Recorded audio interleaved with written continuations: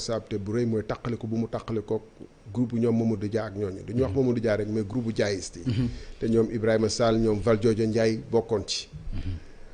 foofu le Sénégal def naa ni dafay ab bifurcation bu ñuy wax tubaab wala jàdd teggeeku yoon bi nga xam ne amaana bu ñu ko toppoon tey jii nii duñu toll fu ñu toll bu dee rigueuru état te état dëgg ak rigueur xam ngeen ni Dia am na yoo xam ne bu fi nekkoon ba tey ay caaxaan yu bëri mu ngi ci réew mi tout à fait ak ay kii yu bëri mu ngi ci réew mi du fi am bu dee mbirum ger def naa ni Dia lu ko booleeg ñi mu seqaloon nguur gi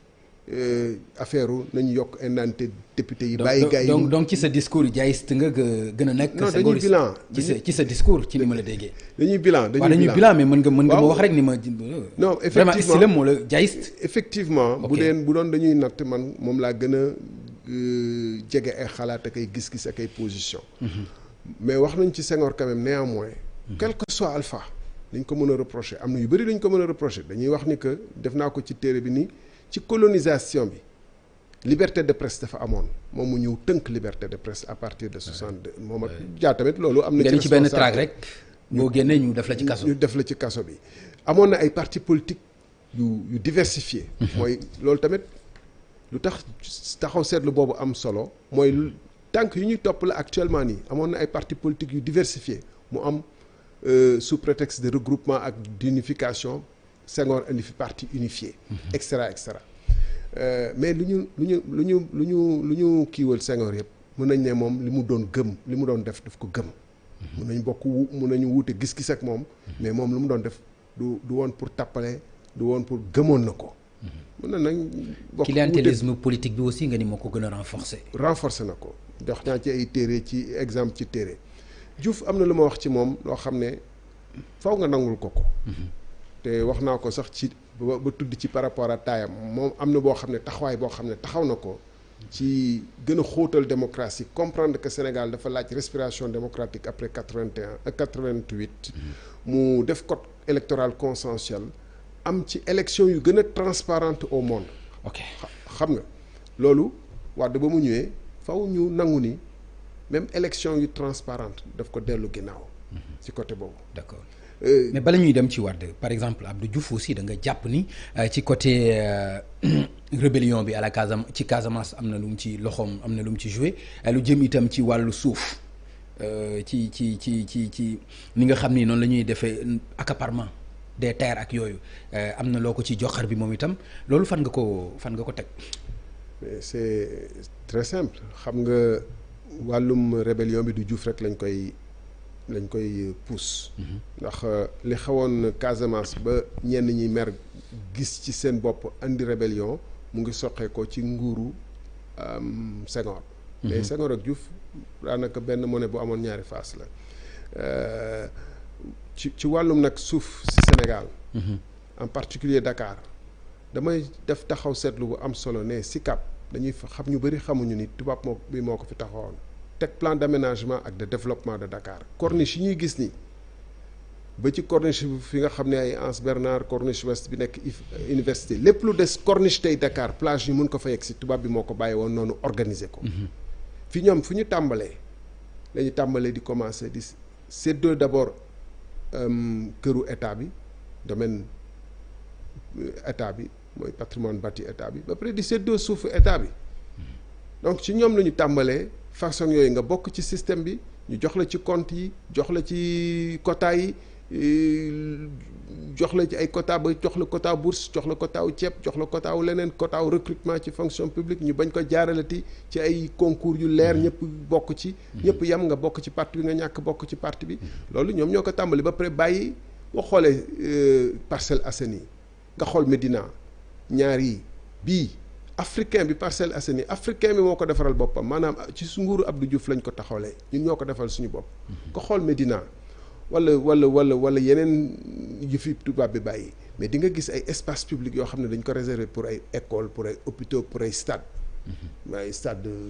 Assane Diouf ay hôpitaux ay Abass Ndao yooyu yëpp gars yi dañu def aménagement bu leer teg ok mais boo xoolee Parcelles Assainies dañuy wax Assainies non seulement c'est pas Assainies c'est proche de la mer mais ni ñu ko daggee sax d'accord da ngay gis ni amul benn intention defar soo gisee ma bëgg ñu ñëw ci yooyu yëpp Abdoulaye Wade aussi septennat bi da nga jàpp ni dafa lalu ci scandale maanaam septennat bu njëkk bi wax nga ci lu bëri wax nga itam lu jëm ci moom itam ci wàllu suuf jàpp nga ni foire bi moom moo ko sax-saxee moom personnellement. alors man li ma gis mooy livre bi dëgg la am na loo ci abordé mais li ci ëpp déballage la par exemple du wax joo xam ni wax ju li ma ci jaaxal mooy pourquoi nga jël style boobu par exemple Abdoulaye Wade lii la def Abdou Diouf lii la def Senghor lii la fi def pourquoi nga jël style boobu pour nga bëgg ko def ci sa nga def ko ci sa livre. mën nga ne analyse critique la mais lu xew ci temps Abdou Diouf ak temps Abdoulaye Wade ak Senghor bu ñu koy nettali basé wu sur des faits ak analyse ay gëstu ay livres loolu de déballage mën nga ne nag c'est une analyse critique boobu xam nga lu tax ñu def ko. waaw parce que non dama lay expliquer. waaw allez-y. lu tax ñu def ko dañu toll ci foo xam ne bu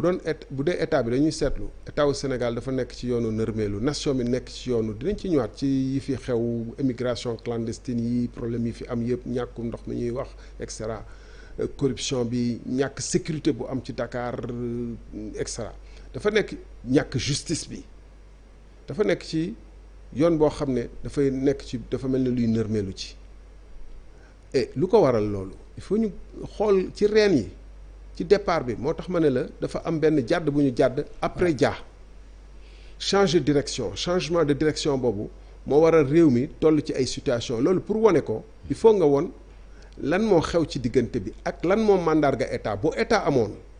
ak juste état nag. yamul ci Thierno Alassane Sall état bu amul woon non état bu amul woon may ma eggale problème boobu foofu. état bu amul woon est-ce que di nga mën a am école boo jàngee université boo mën a jàngee ba macha allah tey nga nekk cadre ba mën a nekk ancien ministre ci réew mi est-ce que jàpp nga ni état bu amul woon. de Senghor à Abdou Diouf loolu dina mën a am. ma tontu la ci xam nga état. loolu taxoon ma bëggoon nga bañ ma dog du rek administration ak exécutif dafa am aussi justice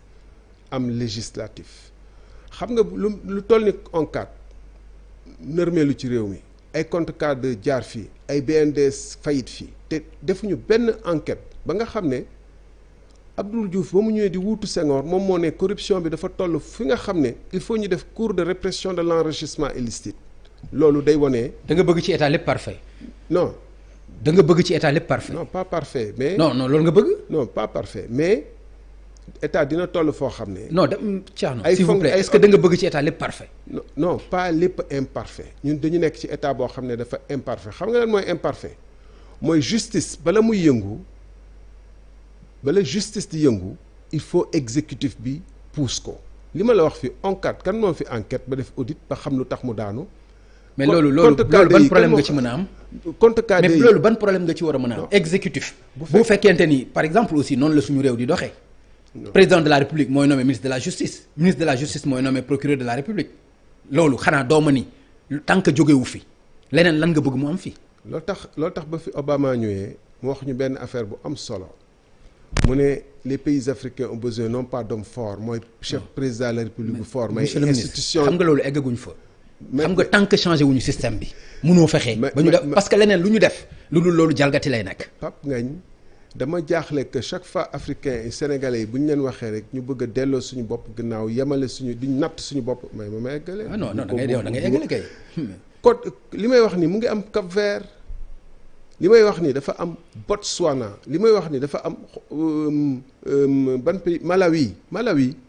dafa am élection présidentielle ba président bi ñu ne ko da nga gagné